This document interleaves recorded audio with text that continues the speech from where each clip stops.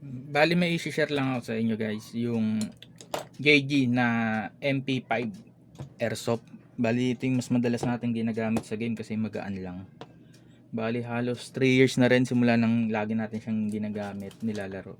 Nasira na ulit yung pinaka cylinder head natin, yung goma. Dati nasira to nung bago lang. Kasi second hand lang natin to nabili. Nadurog na ulit yung pinaka rubber niya. Galing to sa JG na AK natin, kinuha natin kasi in-upgrade na natin yung AK eh. Bali ito dati, pinaka in-upgrade pa lang natin dati. Yung pinaka piston head saka piston body tapos yung spring.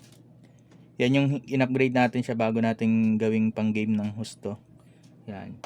Bali MP5 to JG. Yan, baka kung masakaling ma-experience yung trouble na ganito, yung parang yung bala niya bumabagsak na lang. Hindi na ganun kalakas. Tapos yung tunog niya para naging mahina na, smooth. Kasi yung loob niya nadurog na yung pinaka rubber dito sa cylinder head. Yan. Durog na durog siya. Cylinder head. Bali sa loob makikita nyo parang nakaganyan na siya, durog-durog. Kaya yung pinaka piston head hindi na maganda yung bigay ng hangin. Bali ngayon nadurog na rin siya, halos 3 years na rin huling pinalitan natin siya. Ito rin pala in-upgrade natin dati. Yan, spring guide, yung may bearing na. Bali ngayon papalitan na natin yung pinaka, ito yung nabili natin na pinaka cylinder head, double o-ring na siya. Tapos sabi nila may parang pampahina na rin ang tunog, may rubber. Expand gear. Expand gear yung brand niya. Ito yung itsura. Tingnan natin. Bali yung binili kong parts, tatlo.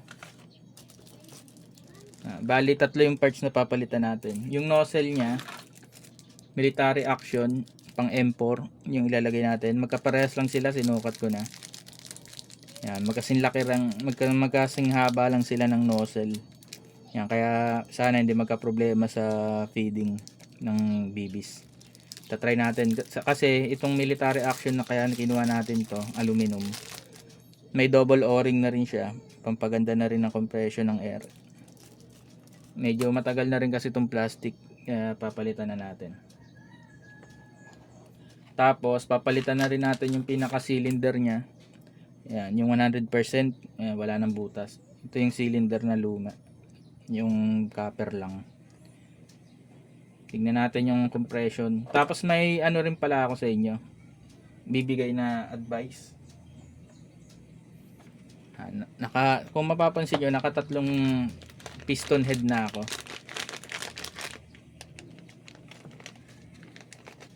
Pangit yung ganitong piston head. Ito 1 year lang.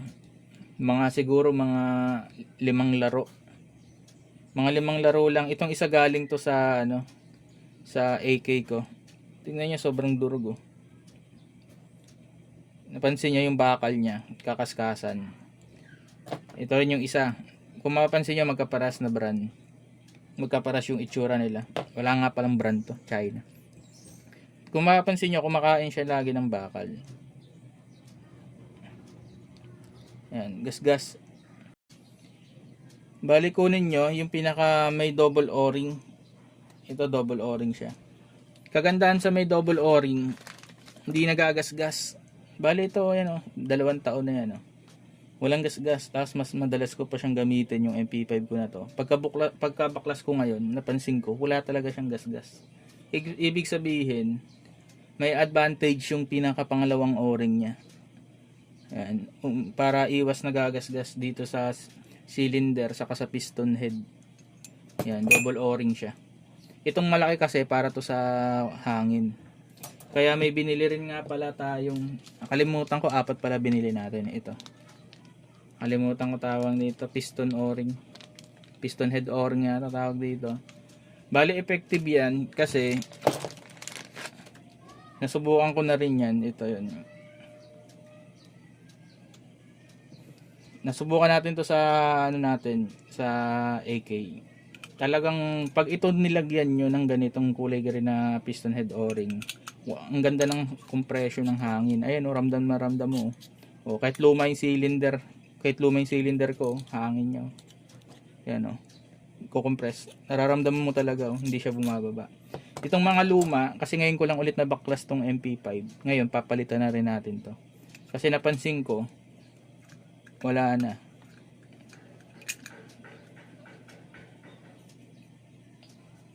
Yan. Kapag yung kulay green, oh, hindi bumababa oh. Kasi malakas yung compression niya. Ramdam mo talaga yung compression ng hangin. Hindi talaga, wala talagang kawala. Walang kawala dito sa o-ring na to, tong kulay green. Tingnan niyo tong akin, yung green, wala. Itong stock na o-ring na kasama na itim, wala, lumulusot talaga. Pero kapag itong kulay green, kung mapapansin nyo, wala talagang kawala. Ayan o. Sa kapag tinulak ko, ramdam ko talaga yung pressure. Ayan o. Kaya ngayon napatunayan ko effective talaga tong kulay green na piston na head na o-ring. Oh, lumang piston na, lumang cylinder pa to ah. Itong pinagsample lang ko sa inyo. Paano pa kaya itong bago? Oh, ganda oh. Wala talagang kawala oh, yung 100%. Oh. Oh. Grabe, yun lang pala yung pinaka sikreto. Piston head o-ring para sa magandang compression ng hangin. Share ko lang para at least yung hindi kayo madoble-doble gastos. Pinaka papalitan nyo lang kapag JG, Jinggong. Kailangan nyo na metal teeth na piston body. Yan. Kasi nasira yan dati sa kanya, yan pinalitan natin. Kaya pinalitan natin tong buo na to. Kasama na yung piston head. Saka yung spring, kasi may iba rin yung spring. Oras na magpalit ka ng piston head, nag-iiba iba rin yung spring niya.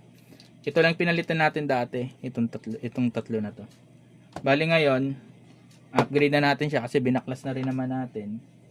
Ito pa rin pala, spring guide din pala, in-upgrade natin dati. Lagi ko nakakalimutan. Bali ngayon, papalitan na natin yung stock niya na cylinder, saka cylinder head, saka nozzle. Yan, parang upgraded na internal na, kompleto na talaga siya.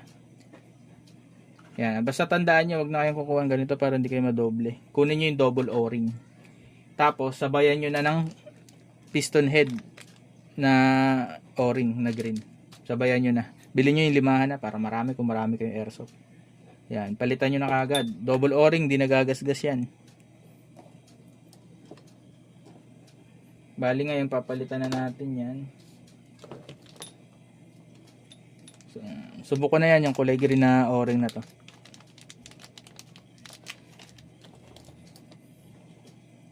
Share ko lang din para at least hindi kayo nadodoble ng gastos. Kasi mamaya akala nyo may singaw lang tong pinaka cylinder o kaya tong piston head nyo. O-ring lang magdadala dyan, itong o-ring na to. Bili kayong grease, white grease para sa mga goma, pwede sa goma.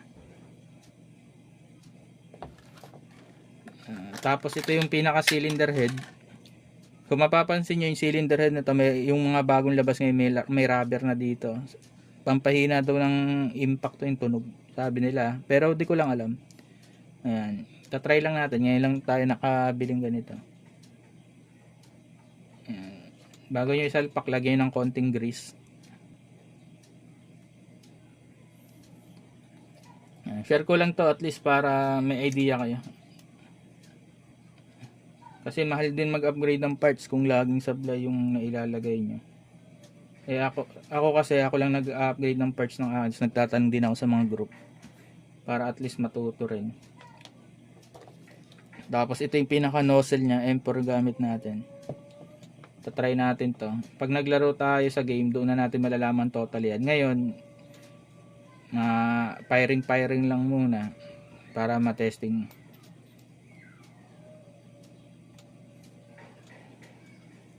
Yan.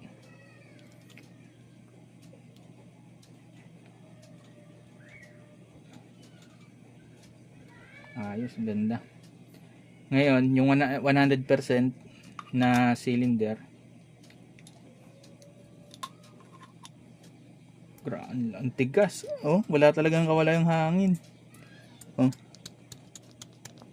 Oh. Oh. Wala talagang kawala. Grabe, lalakas FPS talaga nito. Naka 120 spring tayo. Ay, nagkaroon din pala ako ng issue sa bearing.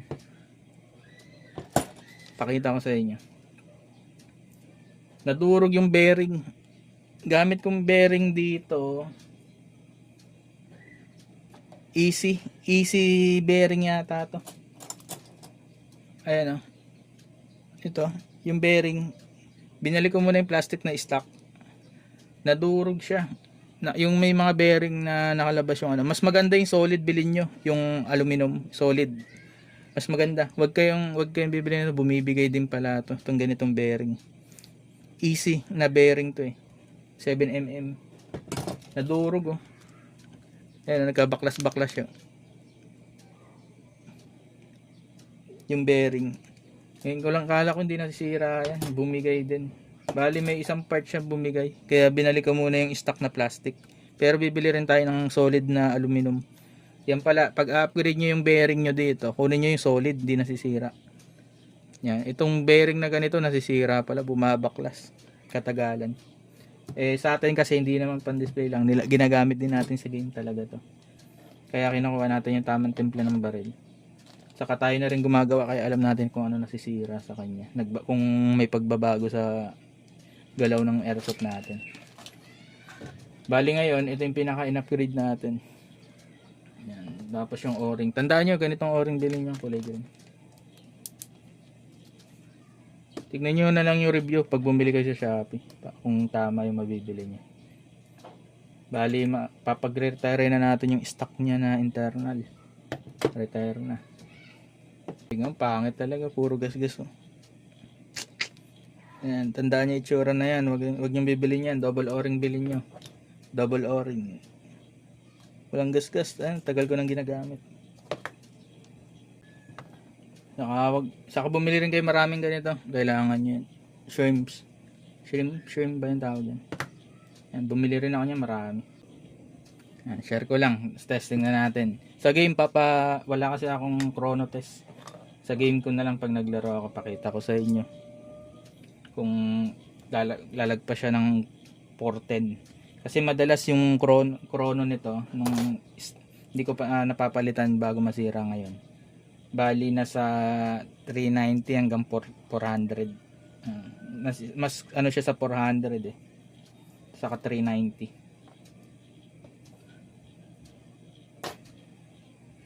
Tingnan natin kung papalo ng 410. 120 spring yung gamit natin. Bali okay na, nabuo na natin siya. Okay, gumagalaw. Ay, bali sa akin yung pinaka guide spring, dati na experience ko natanggal yung plate sa ilalim, itong guide spring na metal na to. Kaya ginagawa ko ngayon tuwing binabalik ko siya, para hindi gumagalaw yung guide spring sa loob, naglalagay pa akong extra tornilyo. Yung mga nabibili naman na guide spring may thread naman na yan sa loob. Mahanap ka lang ng eksaktong tornilyo, tapos lagyan mo ng washer. Ito yung nilalagay kong tornilyo para hindi gumagalaw yung guide spring.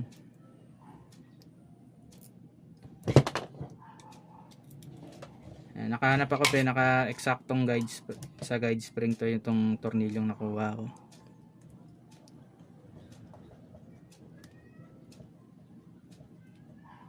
Yan, nilagyan ko muna ng washer para mas secure. Saka higpitan niya na. Balik, ito na yung bubuin na natin yung MP5 natin. Bali, ito yung casing. Kung mapapansin nyo sa casing, meron yan sa loob bago ibalik. Dito sa selector switch. Yung selector switch dapat nakaangat. Nakaangat yung matulis sa taas. Kasi ganito itsura niyan pag pinasok natin yung gearbox. Para pag pinasok natin eksakto, papasok siya kaagad dito sa selector switch. Pag naka-flat kasing ganyan, kahit anong mo tatama. Mahirapan kayong ipasok. Iangat nyo siya. Parang naka to eh, full auto, nakatutok. Yan, pakita ko sa inyo. Ganito yung tsura niya.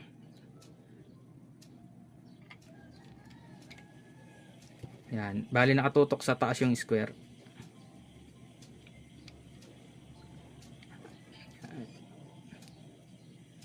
Tapos ihiga nyo lang ng paganyan. Pero unahin nyo yung wire. Yan, bali iangat nyo lang konti. Pag binaba nyo yan, sakto na. Ayan, nagpit na kagad. Pag hindi siya yung square nakaangat, nakatutok sa taas, may hirapan kayo ibaba. Kasi tatama yung pinaka selector switch sa loob.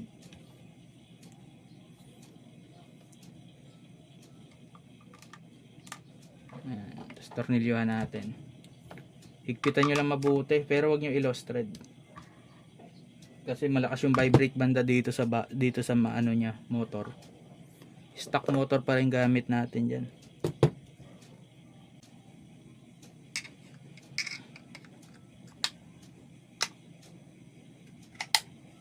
Ayan. Nakatutok siya sa full auto, nakatutok.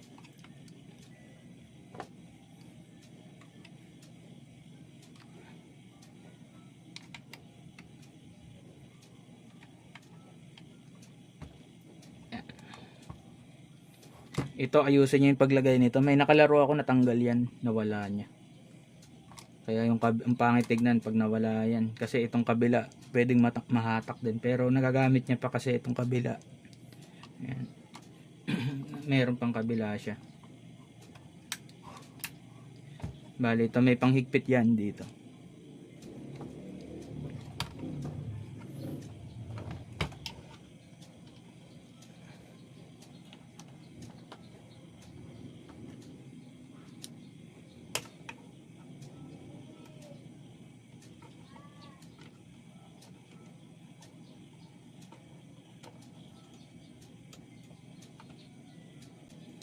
Yan, double check nyo kung nahahatak. Yan, selector switch nya gumagana. Bali sa motor na tayo.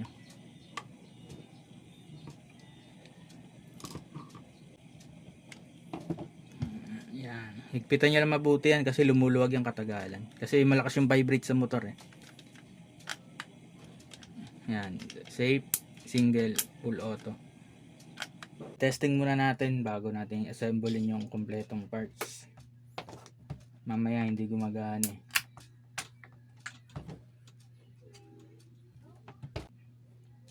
Bali yung gamit natin battery 2200 mAh. Naka-upgrade na. Assemblein na natin siya.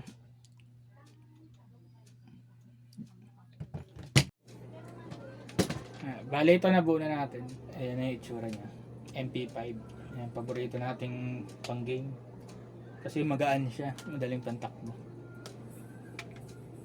Testing natin. Bali yung setup natin dito naka red dot lang siya. Tapos folding na hand grip. Ayan. Double purpose para madali ko mapindot yung flashlight niya. Ayan. Tapos yan. Pwede rin din ganyan. Ito yung flashlight niya, Surefire. Ayan, setup natin. Tapos naka tracer siya na suppressor. Yan lang, basic setup. Tapos tatlong magazine para hindi mabitin sa game. Ngayon tatry natin siya.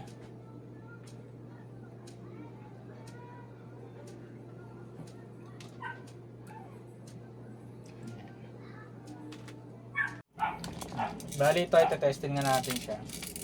Ito yung ilaw na sinasabi ko. Ayan, yung Surefire. Bali, may pang convert ng dilaw yan. Ayan. Lakas niya. Pag white, bababa ko lang yung cover.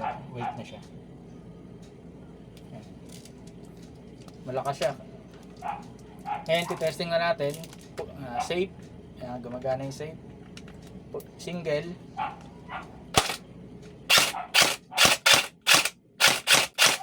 full auto. Ayos. Yan, gumagana siya. Safe ulit. Bali yan yung MP5.